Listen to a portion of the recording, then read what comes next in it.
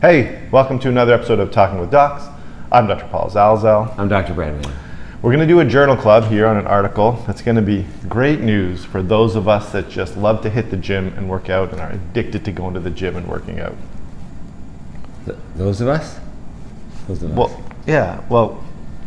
us. I mean, I'm part of the us. Right. And there's those, if you think of a Venn diagram, sure, there's diagram, those yes. within the us. Sure, there's some overlap. Right. Sure. I may not be part of those, but I'm in the us. Okay. Right? It's like when you say with all due respect and then you say something disrespectful. Oh, yeah. Right? Yeah, you're not allowed to do that. Right. So with all due respect, I don't think you understood what I was saying. Okay, here we go. The go. article is entitled Independent and Joint Associations of Weightlifting and Aerobic Activity with All-Cause Cardiovascular Disease and Cancer Mortality in the Prostate, Lung, Colorectal, Ovarian Cancer Screening Trial, and it's published in the British Journal of Sports Medicine. Okay. So basically, this was a study where they took a large number of people, over 99,000, almost 100,000 people, and they followed them along. It's part of another study where they were looking at a screening test. They followed them along for several years. The average age of the person entering, I think, was around 70 or 71 years old. Early 70s. And they, through questionnaires, they tried to determine which one of those people were doing vigorous activity, moderate activity, like aerobic type activity, and also what subgroups were doing weightlifting activities or resistance training. Right. Now everybody knows, and lots of papers have shown, and we've said it lots of times, exercise is good for you. Okay? Totally agree. Good for your arthritis, good for your bone density, good for your sugar control, as well as reduce your risk of falls. Yeah. So we've always talked about, and usually when we talk about exercise, we're talking about moderate or vigorous activity, aerobic activity. Getting your steps in. Yeah. This study is now looking at weightlifting, or specifically resistance training, and seeing if that has an effect on mortality. More Hans and Franzi stuff. Yeah, the Hans and Franz coming back. You up. They were ahead of their time. Yes.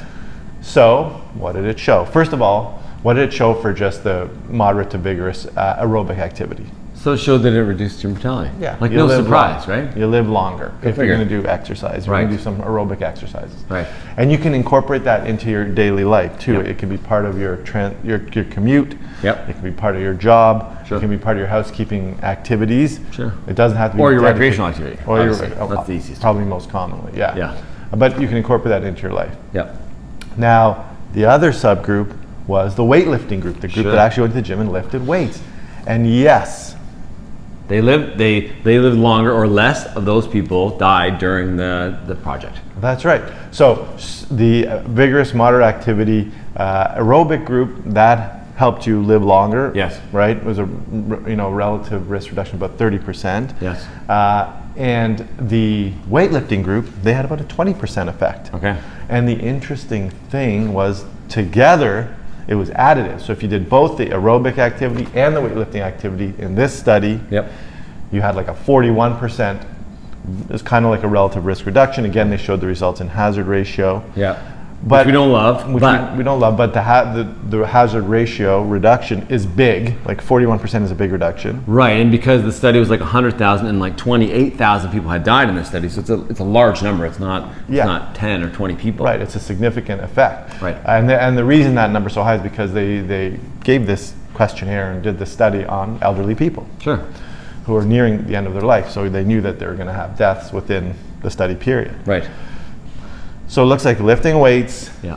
moderate to vigorous aerobic activity can help you live longer in this study. Yes. But, like we always do, what are the limitations of this study? So for me, the biggest limitation was they weren't able to accurately qualify the amount of weightlifting. I think it had to be a minimum of twice a week, so they did that part. But like the details of the weightlifting, or how long they had been lifting weights. They could have been lifting weights for like a month or for 20 years, and some 75-year-old grandma who's been pumping weights for 20 years probably is appreciating different benefits than someone who maybe in the last 6 weeks said, I'm going to go to a boot camp and I'm going to really start getting strong. Good point. So they didn't say how long you've been doing it for. They did qualify the frequency. Yes. And they found that 1 to 2 times a week, that's all you need to do was a difference. So yeah, how long are they doing? That's one limitation. One limitation for me was the subgroup that they chose.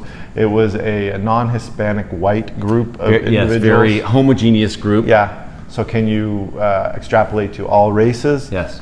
that's up to you, but that's another limitation. And they mentioned that. Yeah. And then I'd say that's probably, self-reporting. Yeah, self-reporting. Self-reporting is always a problem because how they gleaned the information about whether or not you lifted weights or not was... Like if we asked Dr. Zalza how many times a week he lifted weights as being part of those of us, I mean, it'd be interesting to see what the results were. So I maybe I contaminated the data set possibly with my exaggeration. What's the take-home message though? Take-home message is it looks like there is a good chance that lifting weights can help you live longer. Right, and like we've always said, the most important thing is to do something. So even the people that didn't lift weights got a benefit. If you did aerobic activity and lifted weights, you got more of a benefit. So please just find the best exercise to do is the one that you'll actually do. No. So find something that you like and do it.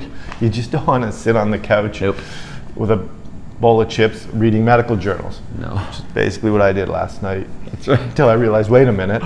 So I've been working all day, so I put away the journal and turned on the TV. There you go. And I was like eating a bowl of chips, watching TV, and I'm like, wait a minute. Turned off the TV, put away the bowl of chips, started reading this article. Nice. Then I said, wait a minute, put the article down, went and worked out. There you go. So the bottom line is if you like this video, please like it, subscribe to our channel, share it with someone who exercises or you think needs to exercise. And remember, you are in charge of your own health. We'll see you next time.